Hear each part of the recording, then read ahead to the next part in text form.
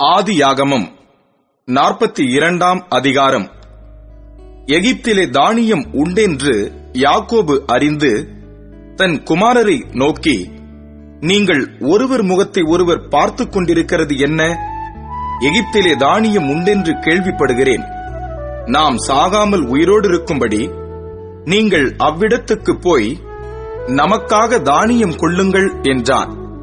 யோசேப்பின் சகோதரர் 10 பேர் தானியம் கொள்ள எகிப்துக்கு போனார்கள். யோசேப்பின் தம்பியாகிய பென்யமீனுக்கு ஏதோ மோசம் வரும் என்று சொல்லி யாக்கோபு அவனை அவன் சகோதரரோடே அனுப்பவில்லை. கானான் தேசத்திலே பஞ்சம் உண்டாயிருந்தபடியால் தானியம் கொள்ளப் போகிறவர்களுடனே கூட இஸ்ரவேலின் குமாரரும் போனார்கள். யோசேப்பு அந்த தேசத்துக்கு அதிபதியாயிருந்து தேசத்தின் ஜனங்கள் யாவருக்கும் விற்றான். யோசேப்பின் சகோதரர் வந்து முகங்குப்புற தரையிலே விழுந்து அவனை வணங்கினார்கள். யோசேப்பு அவர்களை பார்த்து தன் சகோதரர் என்று அறிந்து கொண்டான். அறிந்தும் அறியாதவன் போல கடினமாய் அவர்களோடே பேசி, நீங்கள் எங்கே இருந்து வந்தீர்கள் என்று கேட்டான். அதற்கு அவர்கள், கானான் தேசத்திலிருந்து தானியம் கொள்ள வந்தோம் என்றார்கள். யோசேப்பு அவர்களை தன் சகோதரர் என்று அறிந்தும் அவர்கள் அவனை அறியவில்லை. யோசேப்பு அவர்களை குறித்து தான் கண்ட சொப்பனங்களை நினைத்து அவர்களை நோக்கி, நீங்கள் வேவுக்காரர், தேசம் எங்கே திறந்து கிடக்கிறது என்று பார்க்க வந்தீர்கள் என்றான். அதற்கு அவர்கள், அப்படியல்ல ஆண்டவனே, உமது அடியாராகிய நாங்கள் தானியம் கொள்ள வந்தோம். நாங்கள் எல்லாரும் ஒரு தகப்பனுடைய பிள்ளைகள். நாங்கள் நிஜஸ்தர், உமது அடியார் வேவுக்காரர் அல்ல என்றார்கள். அதற்கு அவன், அப்படியல்ல, தேசம் எங்கே திறந்து கிடக்கிறது என்று பார்க்கவே வந்தீர்கள் என்றான். அப்பொழுது அவர்கள், உமது அடியாராகிய நாங்கள் 12 சகோதரர், கானான் தேசத்தில் இருக்கிற ஒரு தகப்பன் புத்திரர். இளையவன் இப்பொழுது எங்கள் தகப்பனிடத்தில் இருக்கிறான், ஒருவன் காணாமற் போனான் என்றார்கள். யோசேப்பு அவர்களை நோக்கி, உங்களை வேவுக்காரர் என்று நான் சொன்னது சரி. உங்கள் இளைய சகோதரன் இங்கே வந்தாலொழிய நீங்கள் இங்கே இருந்து புறப்படுவது இல்லை என்று பார்வோனின் ஜீவனைக் கொண்டு ஆணையிட்டு சொல்லுகிறேன். இதனாலே நீங்கள் சோதிக்கப்படுவீர்கள். உங்கள் சகோதரனை அழைத்து வரும்படி உங்களில் ஒருவனை அனுப்புங்கள்.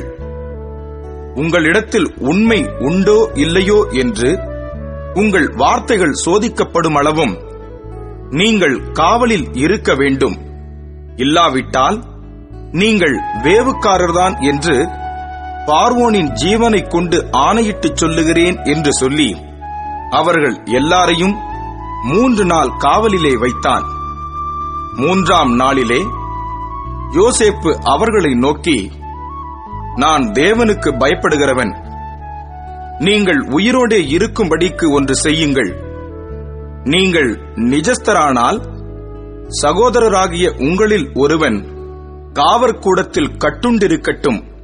மற்றவர்கள் புறப்பட்டு பஞ்சத்தினால் வருந்துகிற உங்கள் குடும்பத்துக்கு தானியம் கொண்டு போய் கொடுத்து உங்கள் இளைய சகோதரனை என்னிடத்துக்கு அழைத்துக் கொண்டு வாருங்கள். அப்பொழுது உங்கள் வார்த்தைகள் மெய்யென்று விளங்கும்.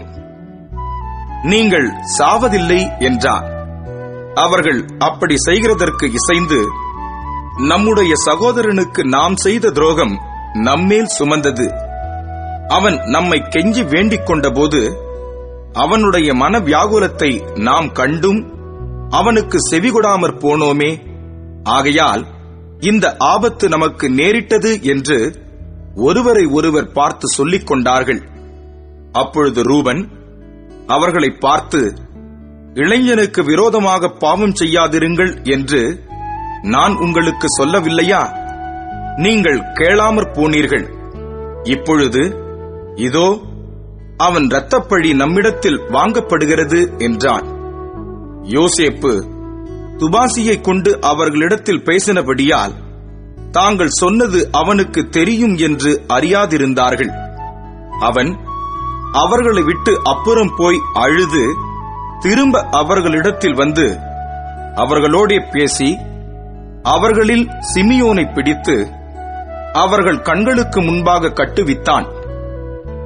பின்பு அவர்கள் சாக்குகளை தானியத்தால் நிரப்பவும் அவர்கள் பணத்தை திரும்ப அவனவன் சாக்கிலே போடவும் வழிக்கு வேண்டிய ஆகாரத்தை கொடுக்கவும் யோசேப்பு கட்டளையிட்டான்.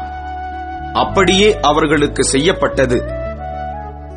அவர்கள் அந்த தானியத்தை தங்கள் கழுதைகள் மேல் ஏற்றிக்கொண்டு அவ்விடம் விட்டு புறப்பட்டு போனார்கள்.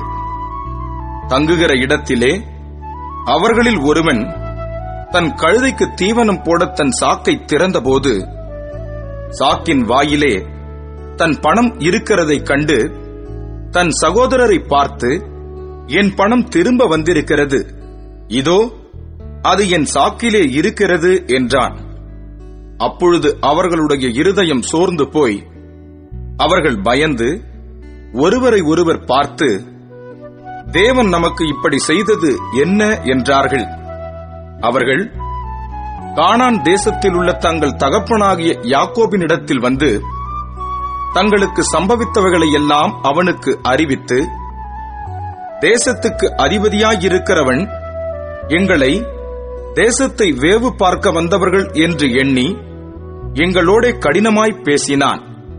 நாங்களோ அவனை நோக்கி, நாங்கள் நிஜஸ்தர், வேவுக்காரர் அல்ல. நாங்கள் 12 சகோதரர், ஒரு தகப்பன் புத்திரர். ஒருவன் காணாமற் போனான், இளையவன் இப்பொழுது கானான் தேசத்தில் எங்கள் தகப்பனிடத்தில் இருக்கிறான் என்றோம்.